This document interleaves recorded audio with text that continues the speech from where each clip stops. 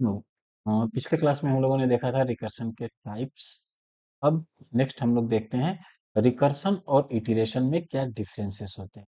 Actually recursion और iteration मतलब बहुत सारे ऐसे प्रोग्राम्स हैं जिन्हें हम रिकर्सन से भी बना सकते हैं और इटरेशन से भी बना सकते हैं, बट उन दोनों में कुछ बेसिक डिफरेंसेस हैं। अगर रिकर्सन से बनाते हैं तो क्या होगा, और अगर उसे हम इटरेशन से बनाते हैं तो क्या होगा।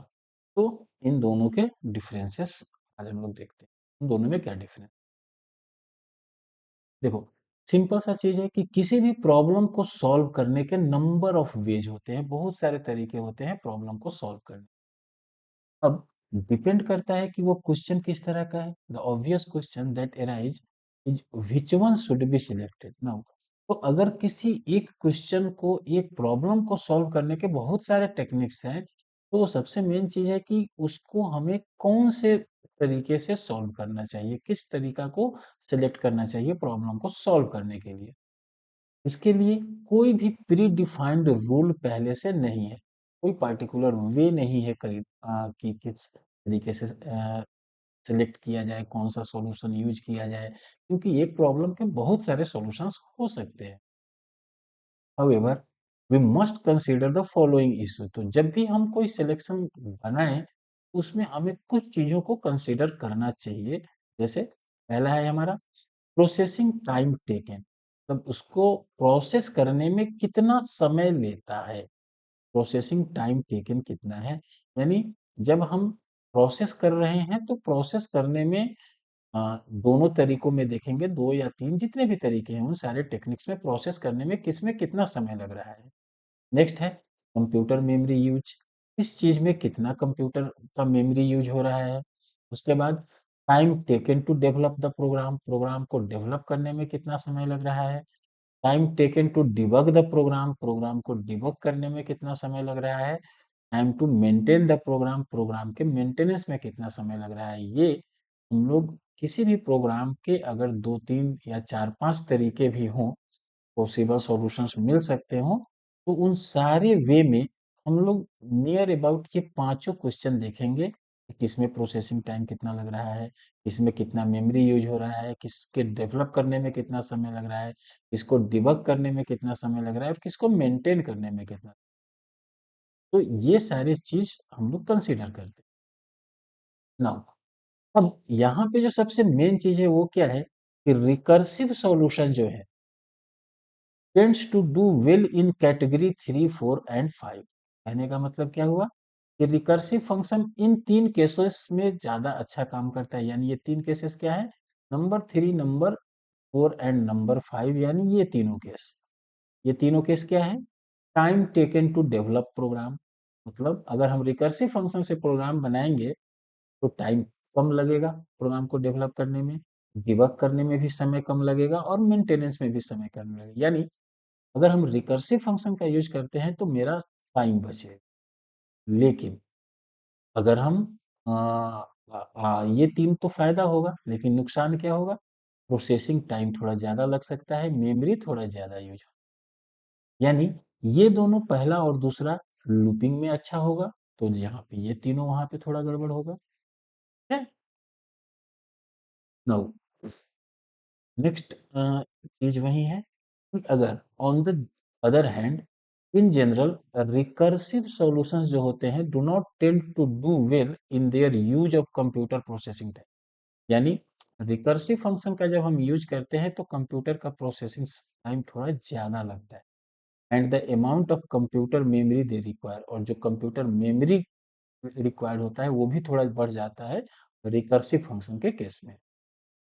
ठीक है।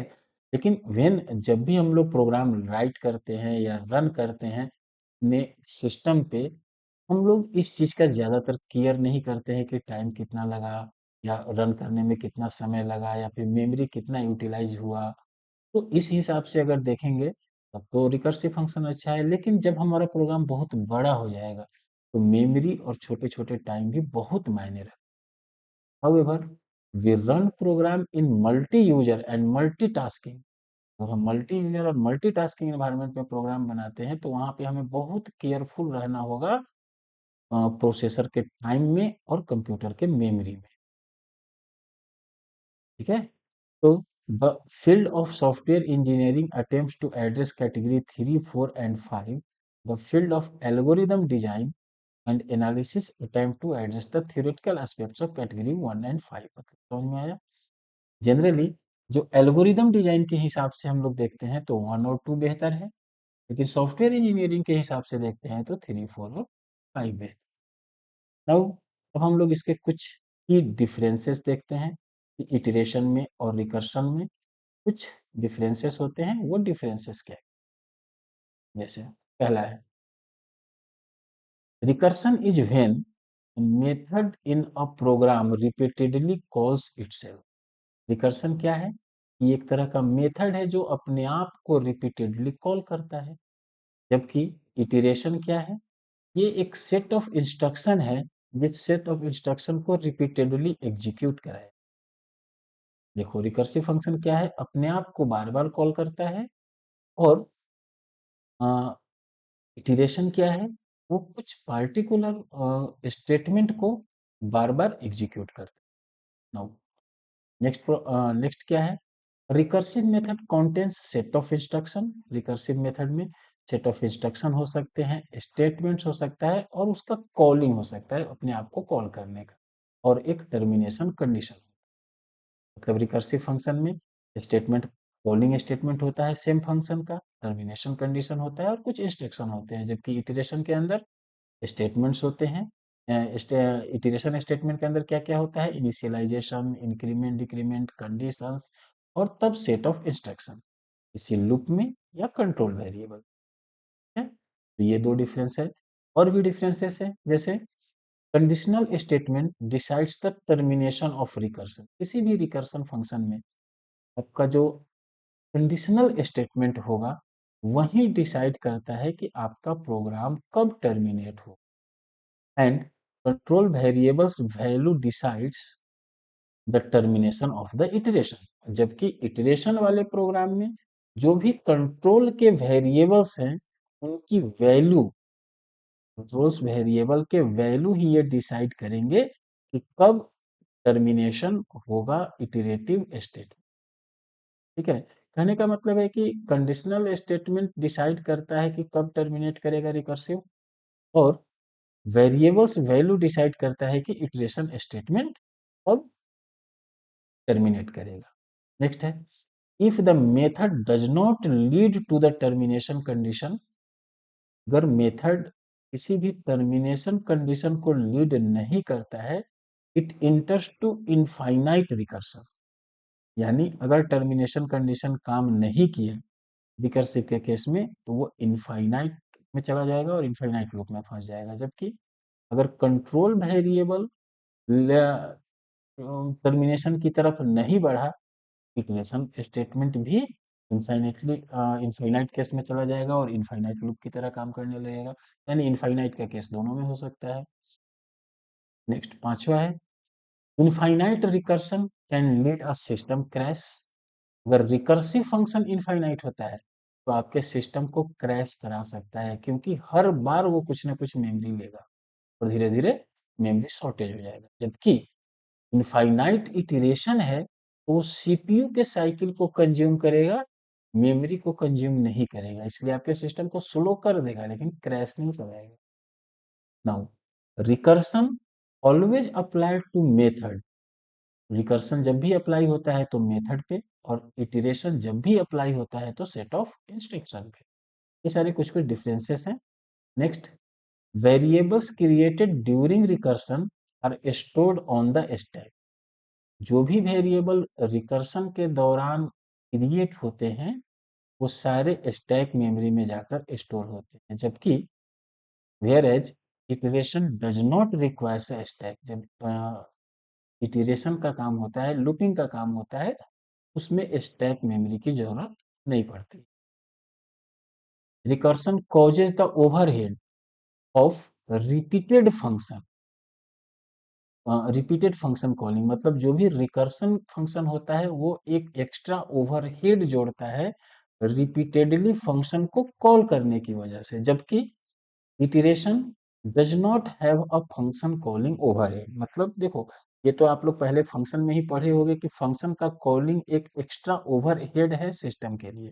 तो जब भी रिकर्सिव फंक्शन होगा, फंक्शन को बार बार कॉल करेगा, और जब वो बार बार कॉल करेगा तो वो एक्स्ट्रा एक ओवरहेड डालेगा।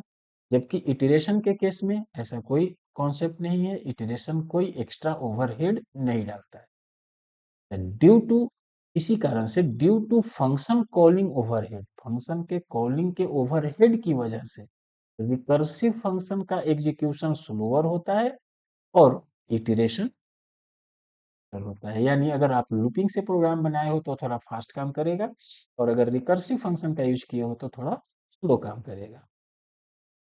नाउ, रिकर्सन क्या है? Reduces the size of code. Recursive function आपके कोड के साइज को बहुत छोटा कर देता है, जबकि इटरेशन आपके कोड के साइज को बढ़ा देता है। नाउ, होप सो यहाँ तक क्लियर होगा। ये आपका सेकेंड यूनिट आज समाप्त होता है। अब नेक्स्ट क्लास से हम लोग थर्ड यूनिट पढ़ेंगे, जहां से एक्चुअल डीएस की क्लासेस शुरू। अब सही मायने में डीएस के क्लास शुरू। ये सब पुराने चीजें थे, पहले का पढ़ा हुआ चीज था, ये सब आपने पहले से क्लियर किया था। ये जस्ट एक रिवीजन जैसा था। हाँ, रिकर्सिव फंक्शन में हमने कुछ कुछ नए चीजें सीखा, जैसे टावर ऑफ हेनोई, वो प्रोग्राम आपने कभी नहीं बनाया होगा। हाँ, रिकर्सिव का यूज करके आपने फैक्टोरियल का प्रोग्राम बनाया होगा, फिबोनाची सीरीज का बनाया होगा, एक्सपोनेंशियल का बनाया होगा, वो सब प्रोग्राम आपने बनाया होगा इस सेमेस्टर में, क्योंकि वो सब चीजें फर्स्ट सेमेस्टर की।